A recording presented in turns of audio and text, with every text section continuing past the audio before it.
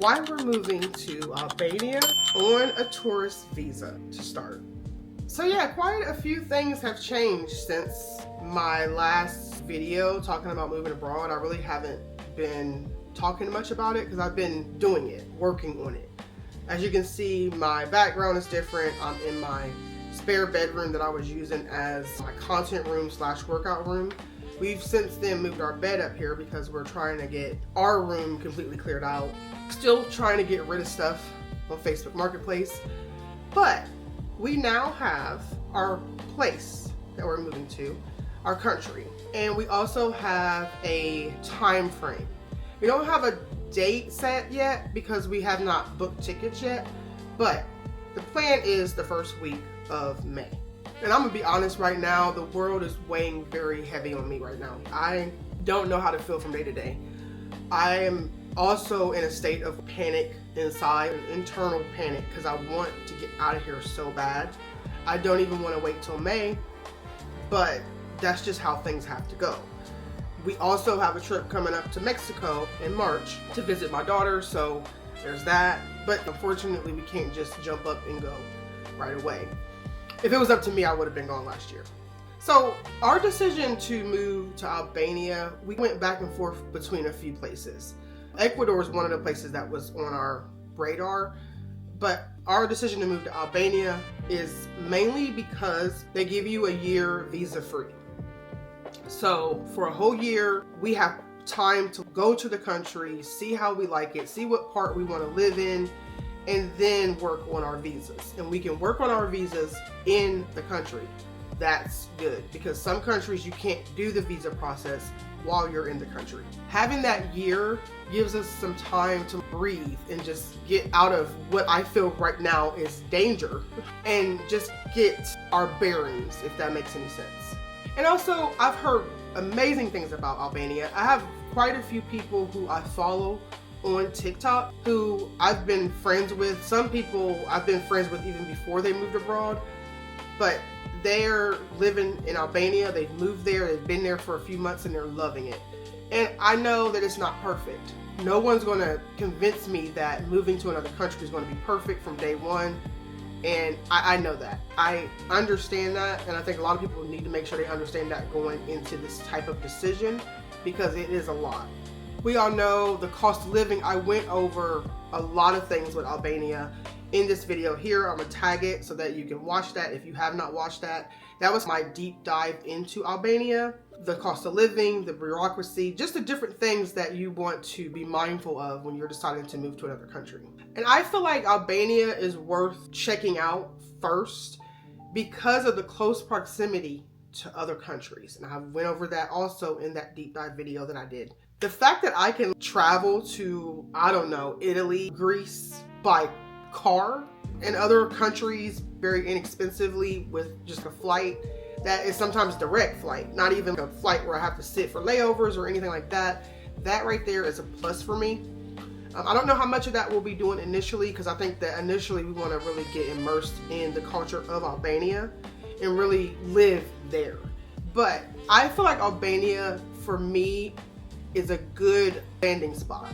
So in my mind, I'm planning to go there, live there, check it out, see how we feel about it, and then work on our visas.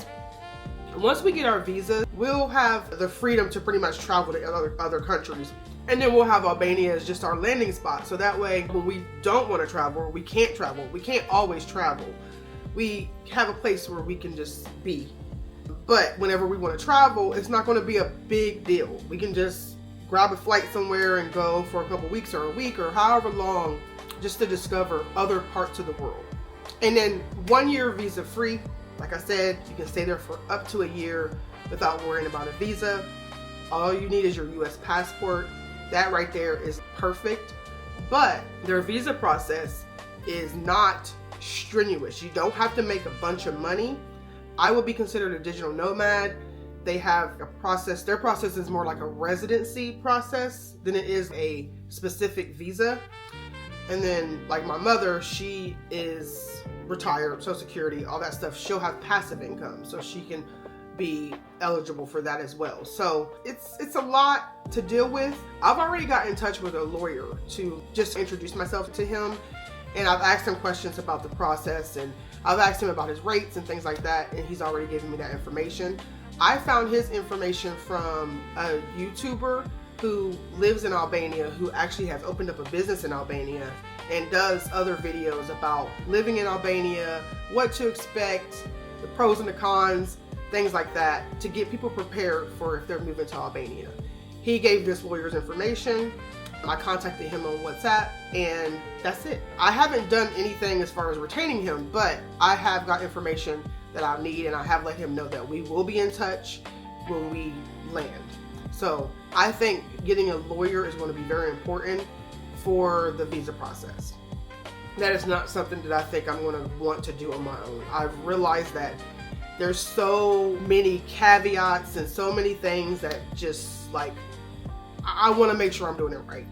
And getting an attorney is not as expensive as people think it is. I've already got his rates, and I was like, oh, that's not bad. I heard that before, honestly, that getting an attorney for immigration in other countries, especially countries like Albania, countries that are just inexpensive in general, it's not as expensive as everyone thinks it is. It's not getting an attorney here in the States for any fucking thing.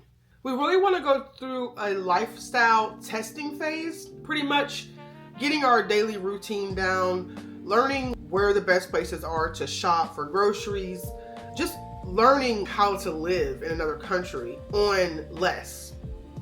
And when I say less, in America, we overconsume. We have so much stuff. We have so much of everything. I don't know how many things that I've had to get rid of over the last few months that I was like, I didn't even know I had this.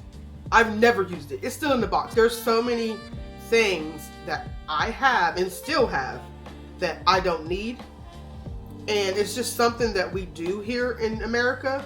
It's a mindset. It's like a scarcity mindset. And I think that when you're someone that's never had a lot of money, it's worse for you because you feel like anytime you find something that's on sale or you get a good deal on something, you want to just hoard it. You want to just get it all because you're afraid that you're going to run out of it, even though sometimes it's something that you don't even really need. That's not that important. So it's just like changing that mindset is going to be something that we're really going to have to learn to deal with. And I know it's not going to be just me, it's my mom. My mom is really bad with that. So, but it's going to be a learning experience for both of us because it's not just her, it's me too. And also getting accustomed to the healthcare. I've seen, like I said, some people that I follow on TikTok who live in Albania, they've had some good experiences with healthcare, just getting maintenance things done, testing, things like that. It's been inexpensive and the experience has been very positive. So that's a good thing. So I definitely want to get some dental work. So that would be something that I'm going to be looking into probably as soon as I touch down and get myself settled a little bit. Also how my body feels, how we feel as a whole, our stress levels once we get acclimated. Because I know that the first few weeks or whatever are going to be rough because it's going to be a lot of moving around, a lot of moving parts, and just getting over that first hump of being in a different place. It's going to be tough, but just monitoring how our stress levels are, how much healthier we feel because we're walking everywhere. We're walking to the store, we're walking to do everything. It's not snow outside, it's not freezing cold outside, the air is clean. So I'm looking forward to that experience and seeing how different I feel. And I know it'll take a while to get adjusted to that. And I will be honest, I plan to document heavily once I get actually moved. So be looking out for that. Right now, I'm not doing it because I'm at a standstill. There's really not a lot I can do. I can come in every now and then and give these updates, but there's not a lot I can do as far as showing you things. Right now, I'm just trying to get rid of stuff and trying to get myself prepared to leave. But we've done a lot. We have done a lot. We got our suitcases ready. I have pretty much a lot of the clothes narrowed down that I want to take. I did rehome my pets, 2 of my pets. I rehomed Chico and I rehomed Phoebe, and I had another video with that where I struggled with that, but I did finally rehome her. I still have 1 pet that I do want to try to rehome, but I don't think it's going to happen. It's not looking good, so I think we are going to be taking 3 pets. That is the part that I am the most worried about, to be honest. I am the most worried about that because I just don't like the idea of it. And honestly, like the in-cabin, I have 2 pets that'll be in-cabin. I'm not worried about that part too much. My pet just want to be in cargo. That's what I'm worried about. I'm trying to not stress about it and just make sure I do everything that I'm supposed to do to get her prepared. I probably will talk about that more once the experience is complete. I definitely want to make sure I document that part extremely well so that I can give people tips on my experience so people can see how that can go for them. Because it's really important to know exactly what people's steps were for the country they went to. Because here's the thing, someone could come on here and give you their experience, but if they're not going to the exact country that you're going to, and they're also not leaving from the exact country that you're leaving, they're not using the same airlines you're using, it's almost irrelevant because there's so many different factors. That's the thing that makes it so scary, because different airlines have different policies. It depends on where you're leaving from. There's a lot of different factors. So I'm trying to go with Air Canada and stay within Air Canada. Their policy is really straightforward. It makes sense. It's not all over the place. You read it and you're not trying to figure out what they mean by this. Their policy is pretty straightforward. They also list their pricing and everything. And that is important because I know a lot of these airlines, they don't tell you how much anything costs. Their policies are very vague. They don't make any sense. They make sense, but they're vague. There's a lot of information that they leave out. So I'm noticing with Air Canada, I didn't see that. And that's where I think we're going to go through as far as our airline. Because I feel like more reassured with the fact that I understand the policy. I understand the process. I just have to make sure I do what I'm supposed to do. So our plan when we get there initially, so there's 4 different places in Albania, different cities in Albania that I'm interested in. Well, I would say 3. Tirana is, I wouldn't want to set up shop there, but I do want to stay there briefly. So we were talking about just staying in Tirana for a week and then staying in Doris for a week or 2 weeks to a month or something like that. And then maybe going and checking out Skoder. I think that's what it's called. I think that's how you pronounce it. Skoder and also Vlor. So that way we can see which part we want to stay in. I'm leaning more towards Doris, but I think that it's good to keep our options open and at least check out all these different places and then go from there. Because the Airbnb is where we're going to start with, but we're only going to be starting with that for a brief period of time, maybe a month of Airbnb. And then in that month's time, I want to try to find something that's permanent long-term, either 6 months or a year. And a lot of people were asking me about taxes. Till I'm a resident of Albania, so till we get our visas and we're considered a resident while we're on a tourist visa, the only taxes we have to worry about is the taxes that we pay right now. So that's not something that's going to be on our radar right away. But once we start applying for visas and stuff like that, then that's when we'll get more into taxes, and I'll definitely come in and do more information, more of a deep dive on how that works and how that affects me. There's a lot of different caveats that I've seen when it comes to American citizens, even with a visa, living in Albania and how they're being taxed in Albania, because I'll be getting taxed from where my income is coming from.